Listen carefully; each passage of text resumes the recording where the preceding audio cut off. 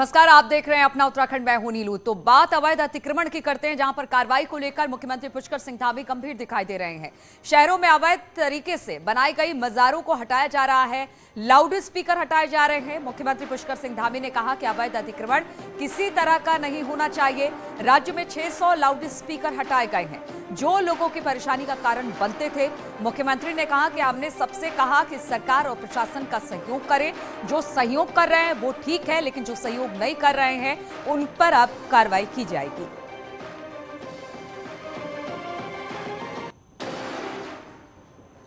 हमने कहा है कि चूंकि अवैध अतिक्रमण किसी प्रकार का नहीं होना चाहिए, उसको लेकर लगभग 600 स्थानों पर जो लाउड स्पीकर थे, जो लोगों की परेशानी का कारण बनते थे, उन सभी को प्रशासन ने हटवा दिया है।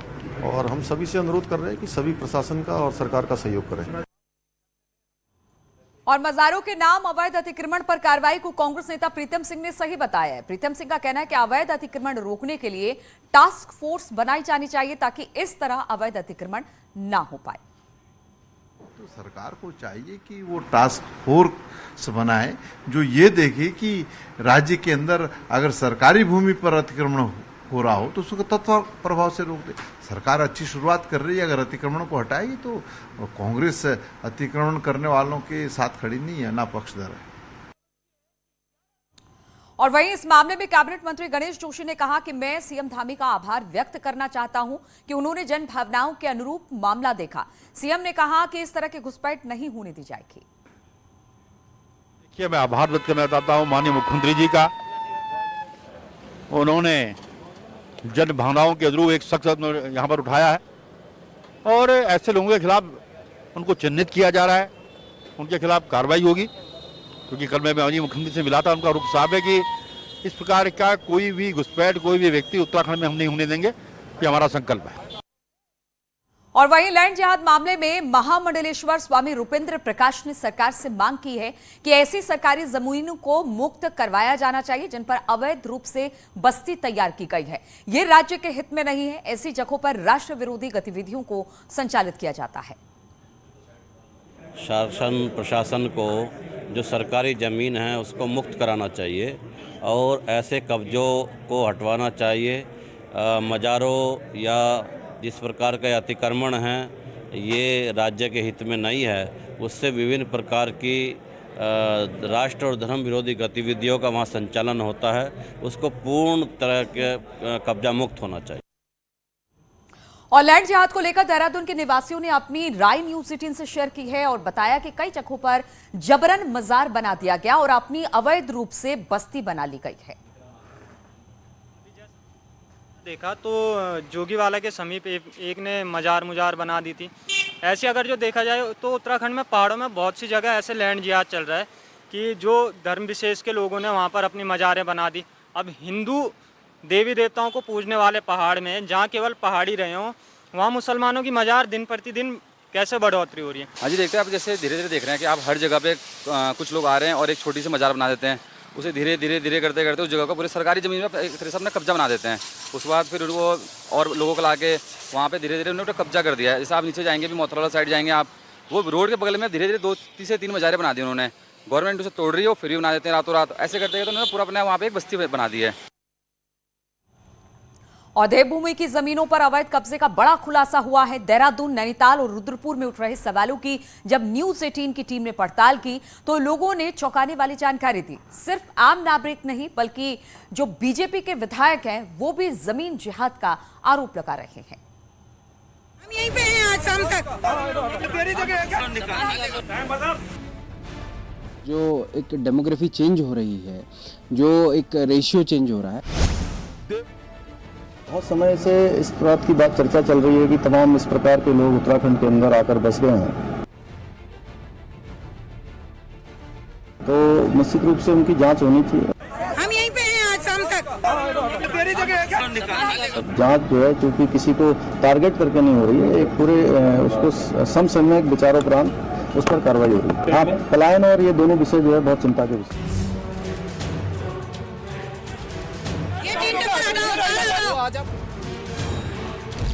यूनिफॉर्म सिविल कोड के बाद लैंड जिहाद के खिलाफ चलेगा हंटर। पीर बाबा का अंधेरे में रहेगा, तू चोरी क्यों कर रहा बिजली की? सड़क के किनारे, जंगल में, यानी जहां भी खाली जगह मिले वहां पर मजार बना दिए गए। देहरादून में शास्त्री नगर के मजार को लेकर कई साल से विवाद चल रहे हैं। प्रदेश में मजारों के नाम पर अतिक्रमण के कई मामले अब सामने आने लगे, जहां विरोध भी अब लोगों का देखने को मिल रहा है। अब कुछ दिन पहले ये अभी हम खड़े हैं शास्त्री नगर में, आप यहां पर देख सकते हैं कि मजार बनी है। मजार भले ही कुछ सालों पहले बनी है, यानी कि जो स्थानीय लोगों का कहना है 20 से 25 साल इस मजार को हुए हैं, लेकिन इस मजार के नाम पर अब यहाँ पे अतिक्रमण, कुछ लोग यहाँ पे अतिक्रमण कर रहे थे और उन्होंने यहाँ पे पूरा एक घर नुमा एक सेट भी तैयार किया था, जिसको स्थानीय लोगों के विरोध और प्रशासन ने उस पूरा सेट को यहाँ से हटा दिया था। प्रॉब्लम तो गंभीर ही है भैया, और ये शायद बढ़ावा भी हम ही लोगों ने दिया है इन्हें भाईचारे में। अब देखो, पहले लव जिहाद, लैंड जिहाद। सिर्फ सड़क के किनारे ही नहीं, फॉरेस्ट विभाग की जमीन पर भी कई मजारे हैं। साल के इन जंगलों के बीच बनी ये सामने आप देख सकते हैं कि मजार है, जहाँ पे काफ़ी लोग यहाँ पहुँचे हैं। इसका भी लगातार विरोध यहाँ पे देखने को मिला है। यहाँ पे जो भी इन लोगों ने जो टीन सेट वगैरह लगाए थे, फॉरेस्ट ने कि ये पूरी लैंड है, फॉरेस्ट विभाग ने कई बार जो टीन सेट वगैरह या जो भी यहाँ पे ये निर्माण कर रहे थे उसको यहाँ से हटाया है। उत्तराखंड में इस समय एक बहुत बड़ी साजिश चल रही है और जगह जगह मजार के नाम पे अतिक्रमण किया जा रहा है, और मैं समझता हूँ कि विशेष धर्म के लोग इस प्रकार के काम कर रहे हैं।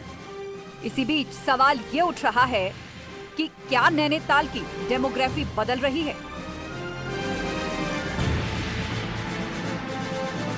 जो एक डेमोग्राफी चेंज हो रही है, जो एक रेशियो चेंज हो रहा है, उस पर नितांत आवश्यक है कि कार्रवाई की जाए। क्या नैनीताल में बढ़ रही है मुसलमानों की संख्या?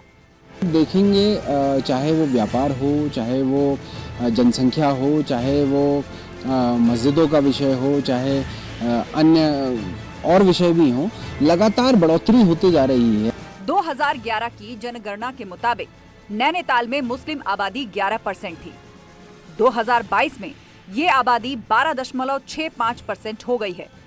10 साल में मुस्लिमों की संख्या 20,000 से ज्यादा बढ़ी है, और बहुत से लोग ऐसे रहते हैं जिनके बारे में ना तो सरकार के पास कोई डेटा है और ना ही स्थानीय लोग उन्हें पहचान पाते हैं। ऊधम सिंह नगर में भी धार्मिक स्थल के नाम पर सरकारी जमीनों पर अवैध कब्जे का मामला सामने आया है। ये मजार रुद्रपुर के इंदिरा चौक के पास है। आरोप है कि न सिर्फ ये अवैध है, बल्कि इसकी आड़ में अवैध दुकानें चलाई जा रही हैं। अनेकों बार उसमें कार्रवाई के लिए एप्लीकेशन दी है, डीएम साहब को भी ऊपर, मुख्यमंत्री साहब को भी दी है, और उसमें कई बार उसमें कार्रवाई करने के आदेश भी हुए कि भाई इसके ध्वस्तीकरण किया जाएगा, पर आज तक वो ध्वस्तीकरण नहीं हुआ। मजार नेशनल हाईवे की अधिग्रहित जमीन पर है। सरकारी जमीन पर बने धार्मिक स्थलों को हटाने का आदेश जारी हो चुका है। इसके बावजूद मजार और दुकान जस की तस है। कोटद्वार में भी लोग जमीन जिहाद का आरोप लगा रहे हैं और मजार के नाम पर सरकारी जमीन के हड़पने की बात कह रहे हैं। लेते फिर उनके सारे नाते रिश्तेदार फिर वो एक जगह ही एकत्र हो जाते हैं।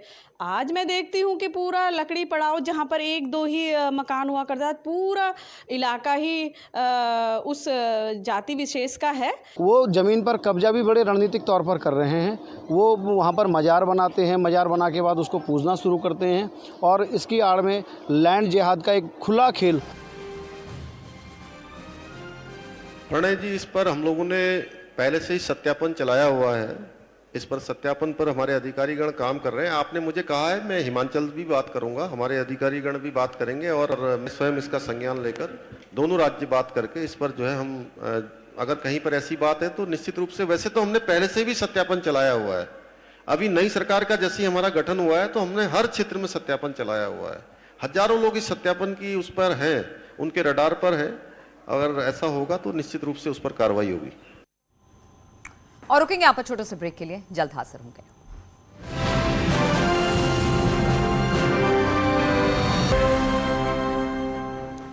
विधानसभा सत्र के बहाने ग्रीष्मकालीन राजधानी गैरसैंण एक बार फिर से चर्चाओं में है। राज्य बने 22 साल हो गए, लेकिन गैरसैंण पर यह चर्चा खत्म नहीं हो रही है।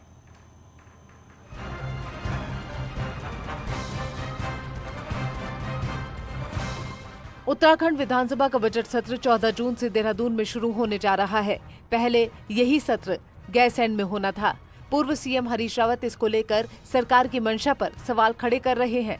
उनका कहना है कि सरकार चारधाम का बहाना बना रही है, जिससे गैरसैंण राजधानी के मसले को ठंडे बस्ते में डाल दिया जाए।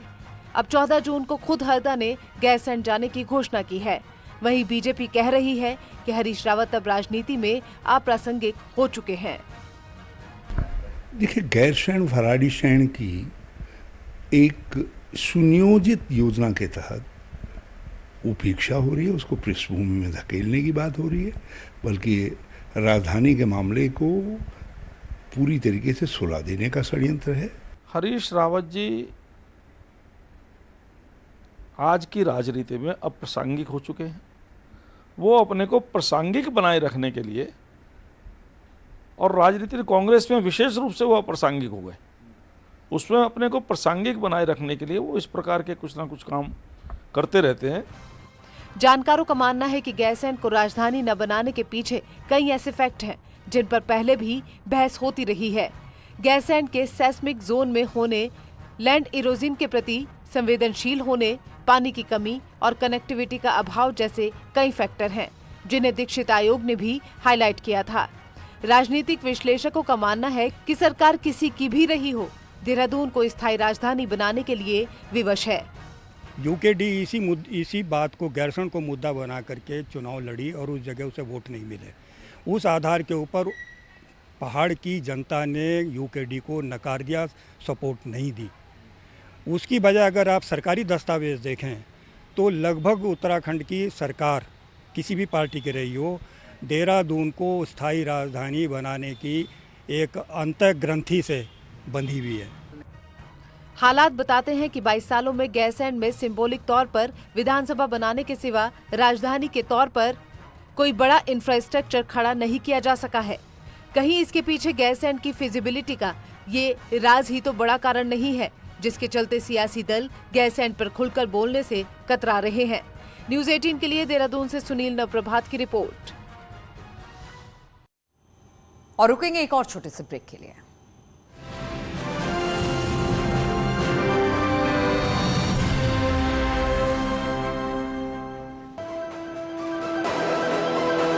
इटावा में स्कूली बच्चों ने इटावा जिले का नाम रोशन किया। राज्य स्तरीय स्केट चैंपियनशिप में 7 मेडल जीते।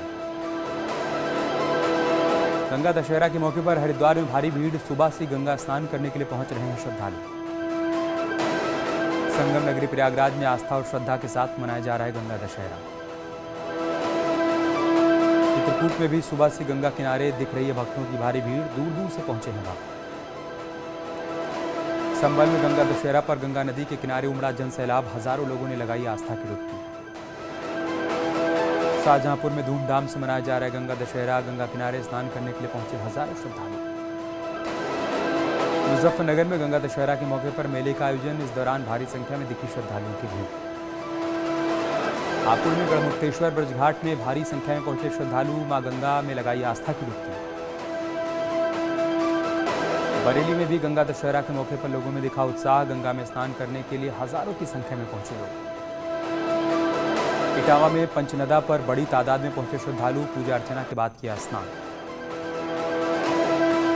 बदायूं के कचला गंगा घाट पर भक्तों ने लगाई आस्था की डुबकी। आस्था के पर्व पर श्रद्धालुओं ने अपनी मनोकामनाओं को पूरा करने की कामना की। कासगंज में भी लाखों श्रद्धालुओं ने जिले के अलग अलग गंगा घाटों पर लगाई आस्था की डुबकी। इस दौरान गंगा घाटों पर मुस्तैद दिखाई दिए पुलिस के जवान। जहीर इकबाल संग शादी की अफवाहों के बीच सोनाक्षी सिन्हा ने पोस्ट किया मजेदार वीडियो। कहा, प्रपोजल रोका, मेहंदी संगीत सब फिक्स हो गया हो तो प्लीज मुझे भी बता देना।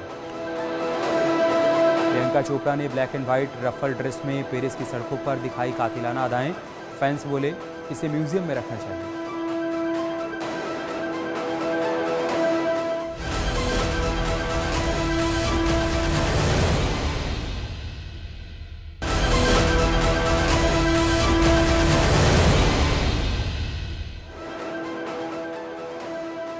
राष्ट्रपति चुनाव के लिए 15 जून से नॉमिनेशन, 29 जून को नॉमिनेशन की आखिरी तारीख। 2 जुलाई नाम वापस ले सकते हैं प्रत्याशी। लोकसभा उपचुनाव के लिए बीजेपी के 40 स्टार प्रचारक सीएम योगी आदित्यनाथ, राजनाथ सिंह, केशव प्रसाद मौर्य, जेपीएस राठौर का नाम शामिल।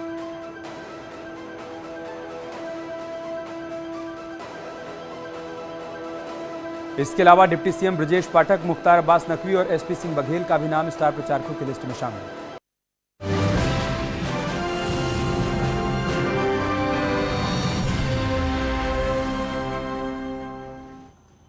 इंडियन एयरफोर्स में विंग कमांडर विकास उनियाल ने दुनिया की सबसे ऊंची चोटी माउंट एवरेस्ट को फतह करने के बाद गुरु राम राय दरबार में पहुंचकर महंत श्री देवेंद्र दास महाराज से आशीर्वाद लिया। विंग कमांडर उनियाल ने महाराज जी के साथ अपने अनुभव साझा किए। 15 अप्रैल को नेपाल की राजधानी काठमांडू से शुरू हुआ उनका अभियान 21 मई को एवरेस्ट फतह करने के साथ पूरा हुआ। गुरु राम राय दरबार से जुड़े रहे विंग कमांडर उनियाल गुरु राम राय विश्वविद्यालय से मैनेजमेंट में पीएचडी करेंगे।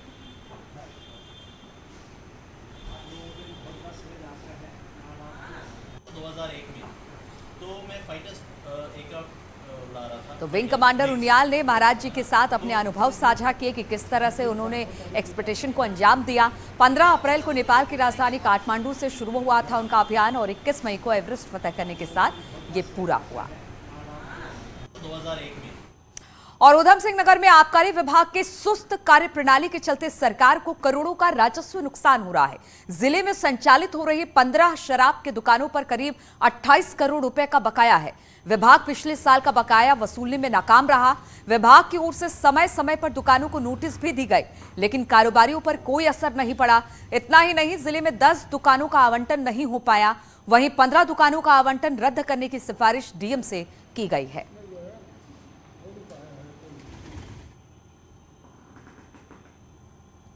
तो इन्हीं तमाम खबरों के साथ इस बुलेटिन में फिलहाल इतना ही। रुकेंगे छोटे से ब्रेक के लिए, लेकिन ब्रेक के बाद भी लगातार खबरों का सिलसिला यहां जारी है।